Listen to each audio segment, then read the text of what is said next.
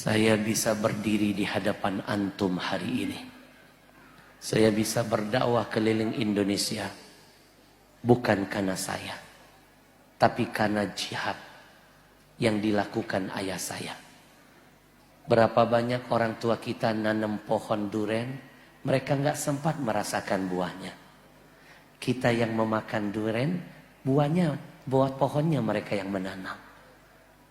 Saya bisa keliling lebih dari belasan negara. Saya diundang resmi oleh Sultan Bolkiah, acara pernikahan keponakannya di istananya, bukan karena saya. Habib dari mana bisa berdakwah? Saya bilang saya nggak ada apa-apa Sultan. Saya begini karena ayah saya. Saya diundang orang nomor 1 di Malaysia waktu itu. Undangan resmi Najib Razak. Saya ditanya, Habib dari mana? Saya bisa begini. Itu karena ayah saya yang berjihad. Saya nggak ada apa-apa. Saya diundang resmi ke Singapura, ke Hong Kong, ke Taiwan, ke Korea Selatan, Jordan, Palestina, Mesir. Saya ditanya, selalu saya bilang, saya begini karena ayah saya. Dulu, saya sedang belajar dengan salah seorang ulama. Lagi semangat-semangatnya belajar.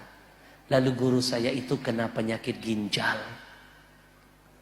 Mau tidak mau, biar tetap sehat bisa mengajar dan berdakwah, harus nyari donor ginjal. Kalau cuci darah terus, lama-lama menguras harta. Cuci darah mahal. Kalau mau sehat harus cari donor ginjal.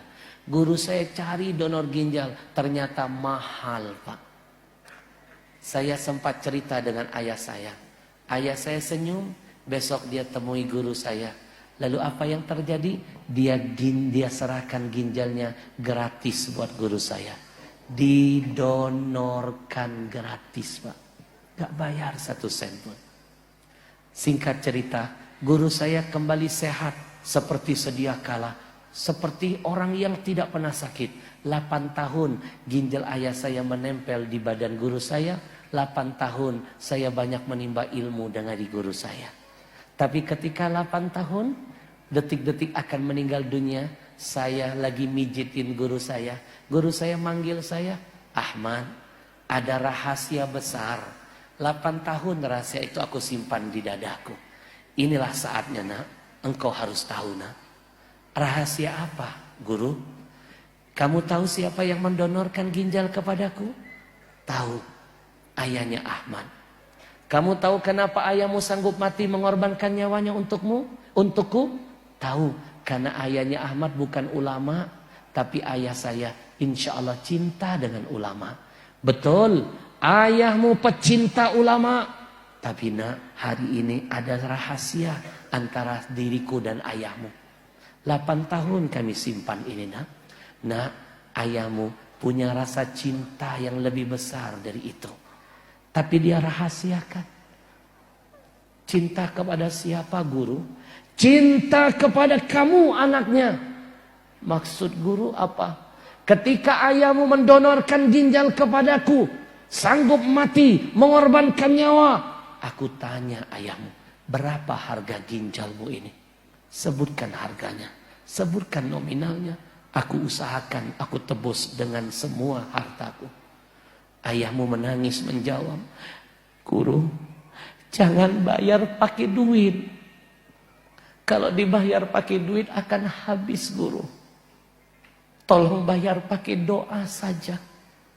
Dan doanya bukan buatku, bukan. Tapi buat anakku yang bernama Ahmad. Yang saat ini sedang belajar dari murid guru.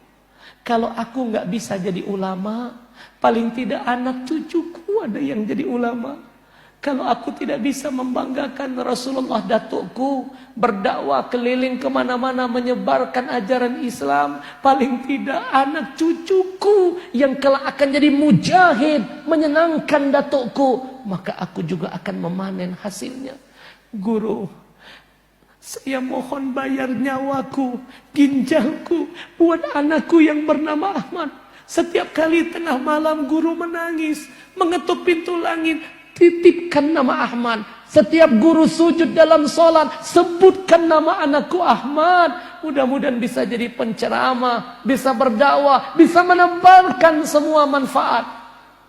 Mendengar itu saya menangis demi Allah.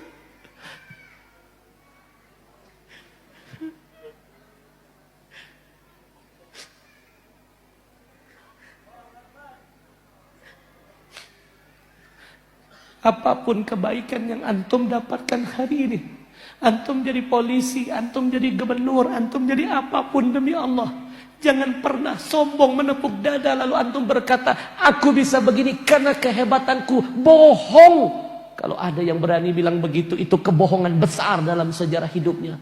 Kita bisa mendapatkan semua kenikmatan ini karena dua. Satu, ridho Allah Tuhan kita yang maha kaya raya. Yang kedua, ridho orang tua kita. Karena dua ridho ini tidak akan pernah bisa terpisah. Itulah makna hadis Nabi, ridho Allah fi ridhal walidain wa sukhtullah fi sukhtil walidain. Ternyata kunci sukses kita dunia sampai akhirat sangat dekat. Allah selipkan di antara bibir ayah ibu kita.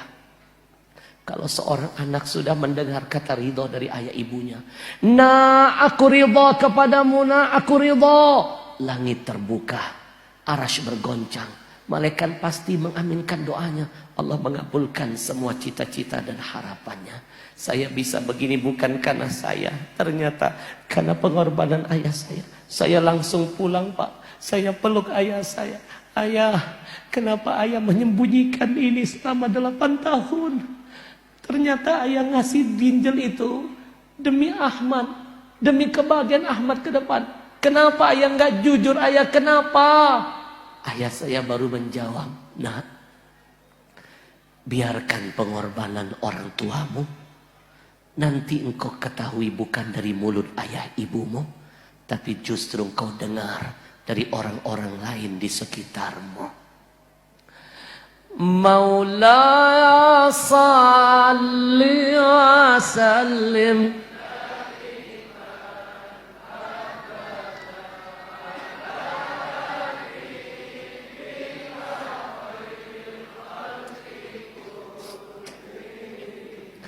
maka tolong doakan. Saya belum siap melihat jenazah ayah saya. Karena sampai detik ini, saya belum merasa sudah berkorban untuk membahagiakan apa yang sudah dia bahagiakan buat saya. Saya selalu mohon dalam doa saya, ya Rob, jangan dulu engkau cabut nyawa ayahku. Berikan aku kesempatan sedikit lagi, ya Allah, untuk menyempurnakan baktiku. Demi Allah, antum akan sadar betapa mahal orang tua itu ketika jenazahnya sudah berada di hadapan antum. Di masa orang tua masih hidup, berapa banyak anak di antara kita tidak mau mencium pipinya, tidak mau mencium tangannya. Tapi ketika sudah meninggal dunia, terkadang kita sibuk membuang-buang waktu baru mencium-cium batu nisannya.